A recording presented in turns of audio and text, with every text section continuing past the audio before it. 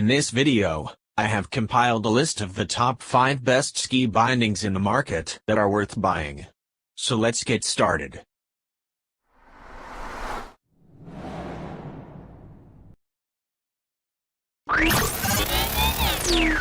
Number 5. 2 years ago, Salomon released the Shift binding and brought the true possibility of a single quiver frontside and backside setup to the average consumer. The Shift was the first single-piece touring binding that offered the downhill safety and performance features of a frame binding, without necessitating the suffering on the way up. It's truly a revolutionary piece of equipment that is being imitated and played with across the ranks of their competition. What we appreciate about the Shift is its wide range of appeal. The Shift is an awesome product for dedicated alpine skiers who are anticipating spending more time exploring the backcountry, and for seasoned backside skiers who want the freedom to huck without worrying about not releasing if they don't stomp the landing. It's truly a frontrunner in the industry, and though the Baron and the Kingpin offer a similar compromise, no one is doing it quite like Salomon. But the Shift is not without its caveats. As much as Salomon would love to market the Shift as an instant transition super ski binding, it's subject to many of the same problems as any other touring binding. They're finicky when it comes to snow buildup, and chances are you're going to end up taking your skis off between topping out and dropping in. We've also received some feedback with uphill brake detachment, and the occasional break in the toe piece, presumably from cold making the plastic brittle. Number 4. Marker is a dominating force in the binding market, so much so that it's difficult to stand out from the royal family line unless you have some kind of touring capability or other special features. The exception to this rule is Salomon's STH2, another one of those bindings you'll see a whole lot of on the slopes.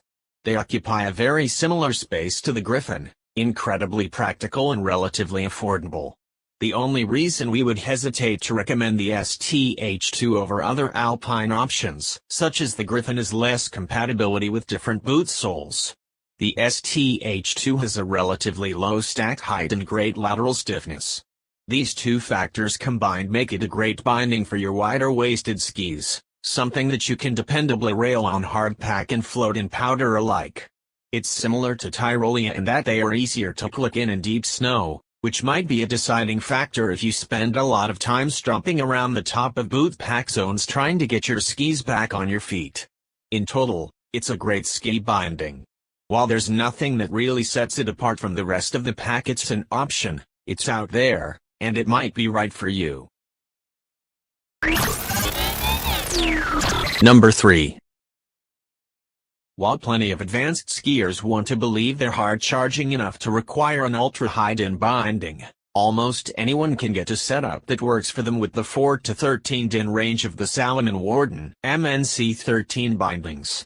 The MNC, multi-norm compatibility, means that pretty much any boot style will fit these bindings as well, making them a great all-around option.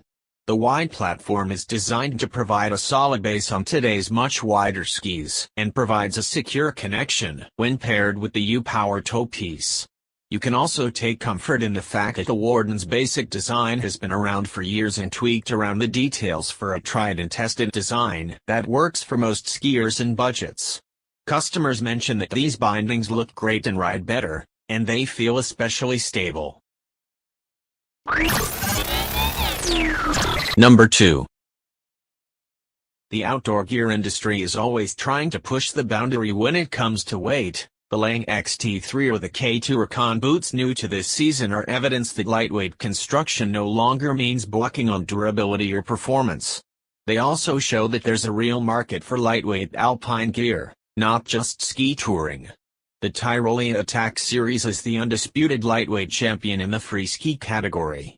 It occupies the coveted, paradoxical space between endurance and maneuverability.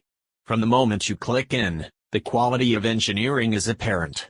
From a practical standpoint, it's much easier to get the ski on your foot in powder or steeply angled slopes. Playfulness is the focus. The low stack height makes landings a little smoother, and they allow you to engage your ski without too much twisting. The Attack is a great option for dedicated park skiers and free skier jibs fanatics. The lightweight construction and low profile make it a great option for people who spend a lot of time in the air.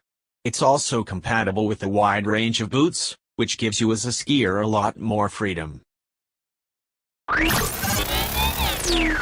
Number 1. In terms of sheer slope presence, the marker Griffin is one of the most popular ski bindings on the market.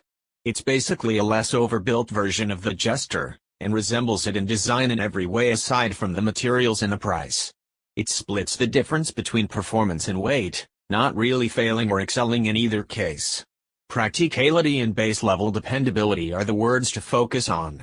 The Griffin is among the most affordable bindings on the market, worthy of your attention and money.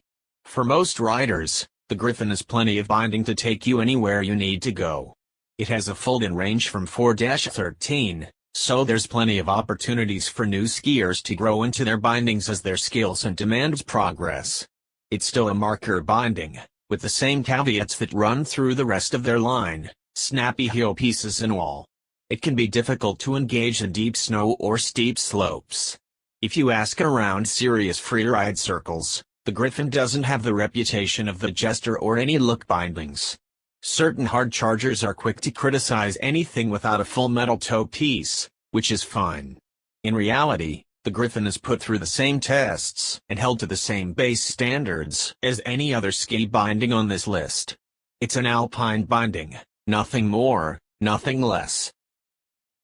Thanks for watching, guys. That's all for now. I hope you guys liked this video. If this video is helpful to you, please make sure to like, comment and subscribe. Hope to see you guys in the next video.